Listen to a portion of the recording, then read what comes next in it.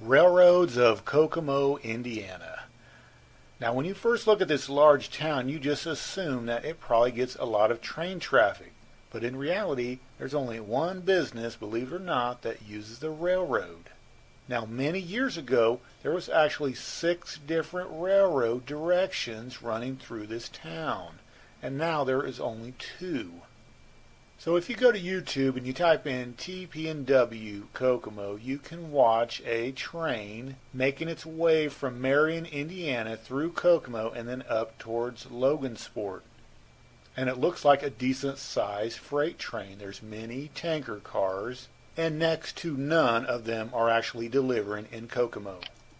So this guy's information says the TP&W brought these cars from Marion on the Central Railroad of Indianapolis. Here in Kokomo, they merge onto the WS Railroad. And I think this is the Winnemac Southern. These cars will go on a siding just down the line. So the only train traffic most people would ever see in Kokomo is on the short line coming from Marion onto Kokomo and then headed up north towards Logansport. Then it connects on the TP&W, and I believe this goes all the way to Peoria. So let's look at the railroads that used to run through Kokomo. We can see right here, this is a Norfolk Southern line from Frankfort that used to go into Kokomo. Now south of town, we can see this is a line, this is a Norfolk Southern line that went to Tipton, Indiana, and it is abandoned, but Norfolk Southern still owns the land. See, these railroads have gotten smarter over the years. Whenever they abandon a line, they don't give up the land. Just in case sometime in the future some big business comes to town, they can resurrect this old roadbed. So railroad number 3, this was a Pennsylvania line, and I believe it went all the way down through Anderson and then cut around to Richmond, Indiana. And it was definitely not an important railroad. And then railroad number 4, I believe this was a nickel plate railroad. This is the line that is still in service to this very day and gets maybe 1 or 2 trains a week maybe. And then railroad number 5, I believe this was another nickel plate that went up north, maybe to Michigan City. And then railroad number 6, this is still in service to this very day, and it goes up to Logansport. And we can see right beside this railroad, this is the Kokomo Grain Company, and this is the only business, believe it or not, that uses rail traffic. And from what I read online, during the busy season in the fall, this area can get up to 100 grain cars per trip, which means that people living around this area would get to witness actual size freight trains coming in and out of this facility. In fact, this was the business that Norfolk Southern almost resurrected, the old abandoned line from Tipton up to Kokomo. So we can see that the old Pennsylvania line used to go to Logansport, down through Kokomo, and then down through Anderson, and then cut around to Richmond. And I would say this is not an important railroad because Pennsylvania had alternative routes that they could easily go around. So the other 4 directions that went through Kokomo we can see belong to the nickel plate, and we can see east to west and north to south. So this large factory north of town, this is a transmission producing factory, and it uses 0 train traffic. And this is a large factory in the downtown area, and it does not use the railroad. And this is a large factory that at one time was a GM. I believe this might be abandoned, because if you look at the parking lot, there's nothing there. So there is a possibility this could be closed down. But like again, it does not do business with the railroad. And then south of town, you can see a massive Chrysler transmission factory that uses 0 rail service. So this is a map of Conrail in 1986, and we can see that the Pennsylvania line going from Logansport down to Kokomo, this is still operational today.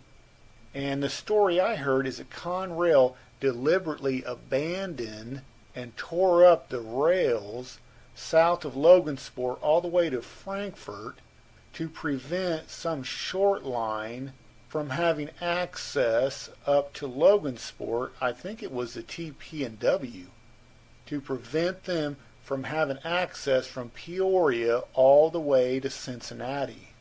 So it was a strategic move for them to tear up these rails. And they may have never even sold off the land, and it got inherited by CSX for all we know. So we can see that the NS line from Frankfurt to Kokomo is definitely abandoned, but they still own the land. And the line that went south to Tipton is definitely abandoned, but they still own the land. In fact, I found an article from 2012. Kokomo Grain and Norfolk Southern are partnering up a $5.5 million project. Well, I'm sorry to say that project never moved forward. In fact, the last time someone ever saw a train from Tipton to Kokomo was 1997. So the article says that right now cars full of grain are sent from Kokomo to Norfolk Southern in Tipton through Marion and Alexandria, a process that often takes up to 3 days. Now, I don't know how it takes 3 days to go, 30, 40 miles or 50 miles, whatever it is. But I do know this: the mayor of Kokomo was going to pitch in $600,000 towards the project. All right, so let's compare this large city of Kokomo to the town of Crawfordsville. All right, so this is a map of Crawfordsville, Indiana, and all these green dots are businesses that deal with the railroad. You can see there's 1, 2, 3, 4, 5, 6, 7, 8. So the first business south of town, which is Nucor, this makes millions and millions of dollars to CSX and Norfolk Southern. At least once a week, I see a train coming from Lafayette that has around 75 train cars. It's a Norfolk Southern train, and it is going south towards this Nucor facility. And then right across the road from the large Nucor steel facility is a grain operation, and it gets a lot of train traffic. So west of Crawfordsville, we can see this large Donnelly's plant, which CSX delivers around 3 boxcars per day, and this track is literally like 100 feet away from the animal shelter. So the fourth and fifth business in this small town of Crawfordsville, this would be northeast of town, and this is actually on the old Pennsylvania line that went from Frankfurt through Waveland and down to Terre Haute. There is like 1 mile of tracks that still remains and is in service. So this old Pennsylvania segment, which is in these people's backyard right here, goes right up here, spurs off, and serves a cardboard producing facility, and this is called the Crawfordsville Industries. And then business number 6, right up here by the interstate, this would be, I believe it's an Alcoa plant, and they use a decent amount of train traffic. And then on the other side of the tracks, this looks like maybe some chemical facility, but as we can see, they also use the railroad. And this would be like business number 7. And then business number 8, which would be north of town, this is a large grain elevator, and it does get a lot of train traffic. It actually has its own small engine. It really does make you wonder how this small town of Crawfordsville can get so much train traffic, but yet a large town like Kokomo only has one business that even uses the railroad. Now, if you've ever wondered how much money a railroad can make off of a highly productive business, let me give you an example. This is a map of Danville, Illinois. This is the old Wabash main line that is now the Norfolk Southern St. Louis to Fort Wayne main line. And right down here would be Main Street, and this business used to be called Lawhov's. And I talked to a CSX driver back around the year 2000, and he told me that CSX makes around $6 to $7 million a year in profit off of this one business. and I couldn't believe it. Now, about 10 years ago, this business did away with its soybean division. It just produces like cornflakes now. But you can see grass is growing up all over these rails. Years ago, all these tracks used to be filled with hopper cars and grain cars.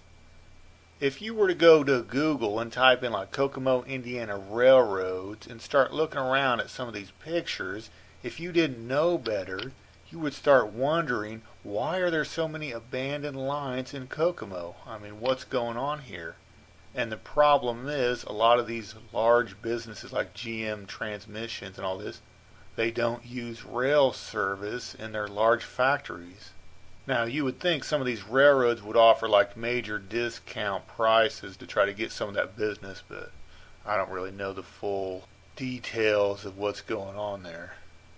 Now, I really do hope that sometime in the future there will be businesses that spring up around the Kokomo area.